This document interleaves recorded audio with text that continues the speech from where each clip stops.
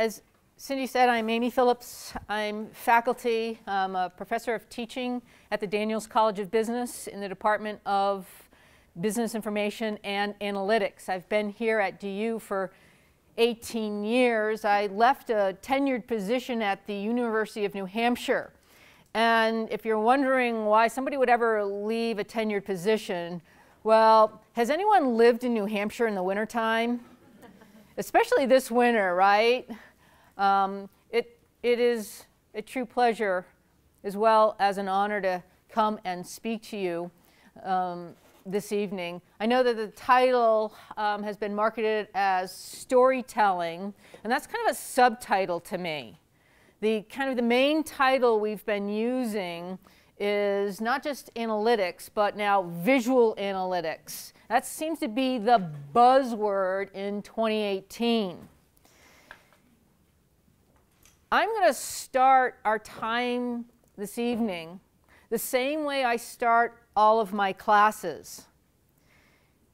Now, my area of expertise, along with my scholarly research, is in databases and data information systems. So I've been building databases for years and years and years.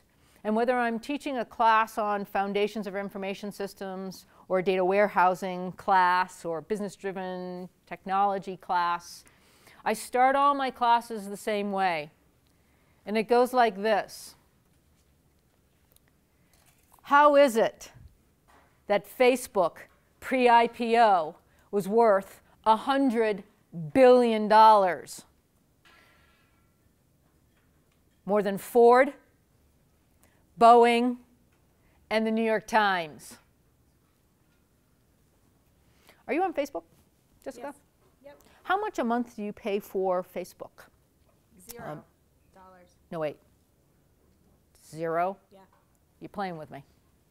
You on Facebook? Thank goodness, neither am I. Are you on Facebook?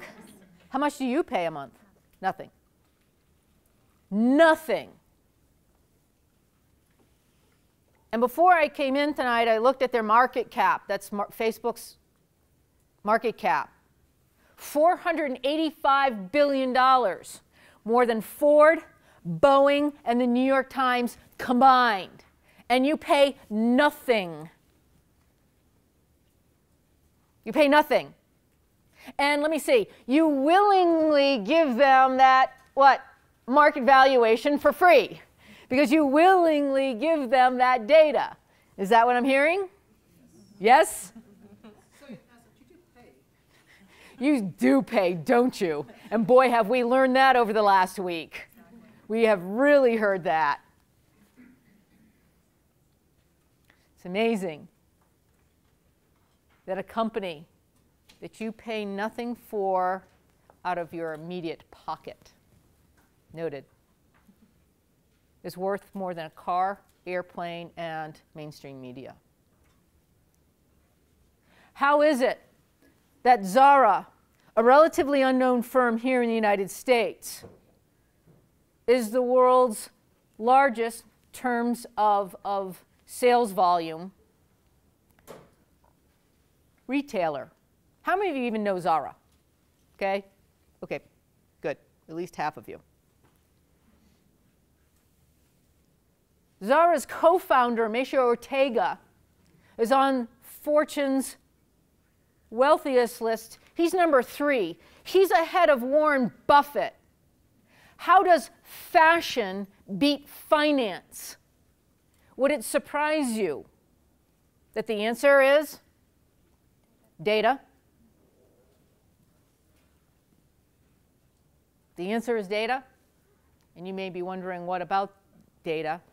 I'll actually cover that during our discussion this evening. How is it that Amazon, with one storefront, is disrupting and has disrupted? Well, let's start listing them, right? One storefront. Barnes & Noble, Best Buy, Toys R Us. One storefront. How is it that Netflix, with one storefront, completely disrupted Blockbuster? 50% of the households in the United States at one time were Blockbuster card-carrying customers. How did one storefront do that?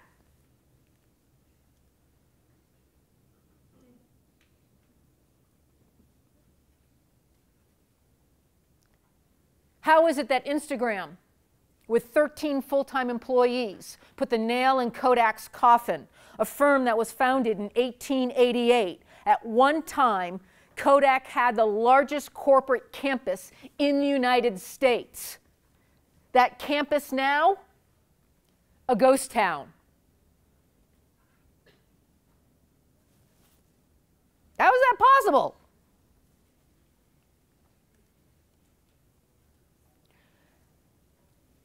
How is it that Uber, the world's largest, well, we'll just say ride-sharing firm, doesn't own one car? Or Airbnb, the world's largest accommodation provider, doesn't own one bed? What do they own, folks?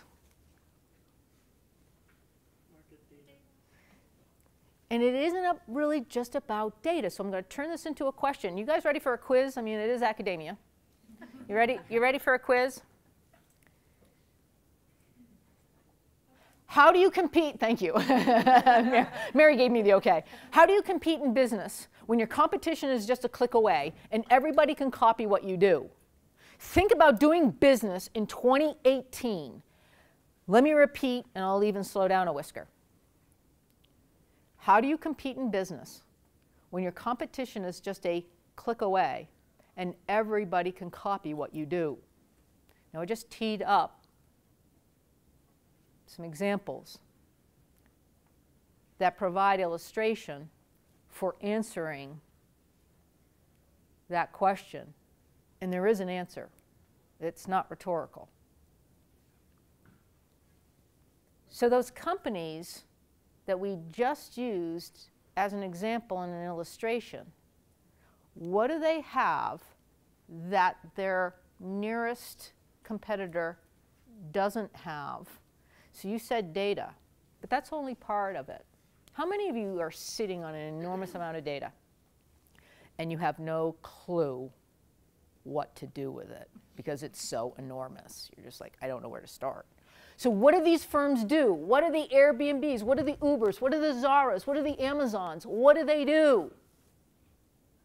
They analyze it. They analyze it. And we're not talking about, and by the way, for the record, I took the tape off the glasses and I left my pocket protector at home. They're not the Uber geeks. These are business people making business decisions. And would it shock you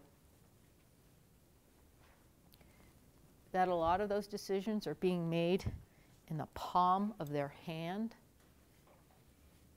Because they have access to data 24/7. I'm going to demonstrate that this evening. How we live, work, breathe in what is being called the data economy. But again, data is only part of it.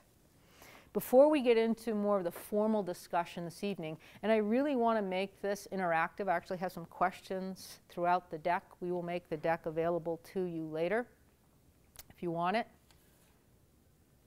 But before we get into the formal part of tonight's conversation, I want to read to you from a book. It's entitled 2020 Vision, subtitled Transform Your Business Today to Succeed in Tomorrow's Economy. How many of you are looking to transform your business today to succeed in tomorrow, right? Up go the hands. Well,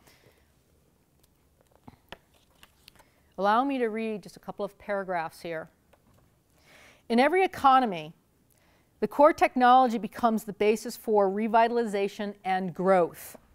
Information technologies are the core for today's economy, and to survive, all businesses must informationalize. From small mom-and-pop stores to giant global corporations, the point to grasp is not merely that all economic activities will depend upon information to create and control their destiny. The point is that economic value from generating, using, selling information is growing significantly faster than the value added by producing traditional goods and services.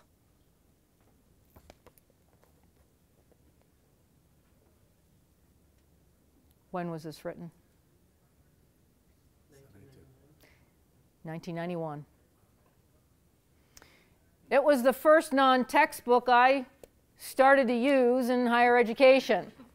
When I read this, and I even met the author, got his autograph, written by a book by Stan Davis and Bill Davidson.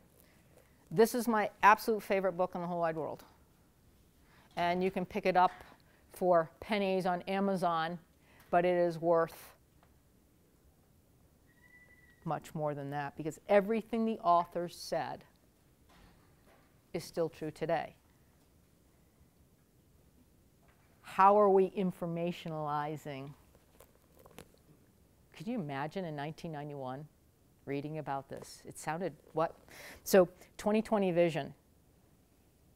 Wouldn't it be nice if you had 2020 vision? Well, myself, I actually would really appreciate having better eyesight, but